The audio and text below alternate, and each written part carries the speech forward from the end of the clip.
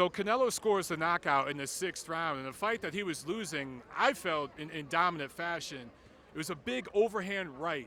It's interesting to me because it was the same kind of shot that Marcos Maidana landed that hurt Amir Khan late in their fight, maybe 5 or 6 years ago. I want to say it was 2010, 2011. The difference, obviously, is this punch that Canelo landed was earlier in the fight, so he still had some more steam on his punches, but he threw it straighter with proper leverage, and obviously he's a much bigger, stronger man than Marcos Maidana, right? But I thought Amir Khan was giving Canelo a boxing lesson through the first 3 or 4 rounds, which I thought he took clearly. Obviously, he won those rounds. 5th round, 6th round, halfway through, Canelo started to close the distance. He started to narrow the gap and make those rounds competitive. I felt that 5th round was close. It could have went either way. But I could see some judges having this 5-0 going into the 6th round. What I found most interesting is after the fight, Canelo didn't call out Gennady Golovkin, but he invited him into the ring and basically said, look, I'm not effing around anymore. I'm ready to fight this guy.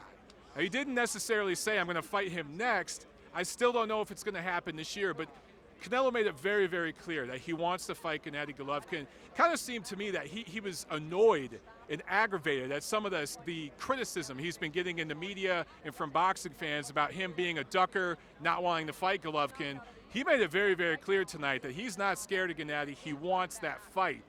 Even more interesting, Amir Khan after the fight and his trainer, Virgil Hunter, they kind of called Canelo out. And Virgil Hunter was very, very vocal. He said, look, my guy Amir Khan stepped up. He's not a middleweight. He stepped up in weight and took this challenge. He was boxing very well. It's time for Canelo to take a challenge and stop hiding behind his promotion with these catchweights and fight Gennady Golovkin. And the crowd here at T-Mobile Arena, they responded to that.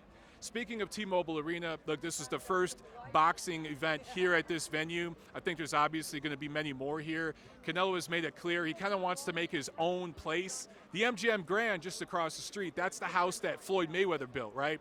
And Canelo, I think he's going to want to make this his house.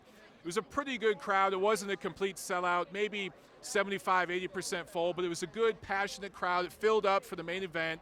I think it was a pretty good night overall of boxing. The undercard was outstanding, and Canelo scored what has to be a favorite for knockout of the year. Obviously, there's been plenty of great knockouts already, but not in a fight this high profile. But in the end, even though he was being beat and outboxed early on, Canelo showed why a good big man always beats a good small man. And that's boxing, folks.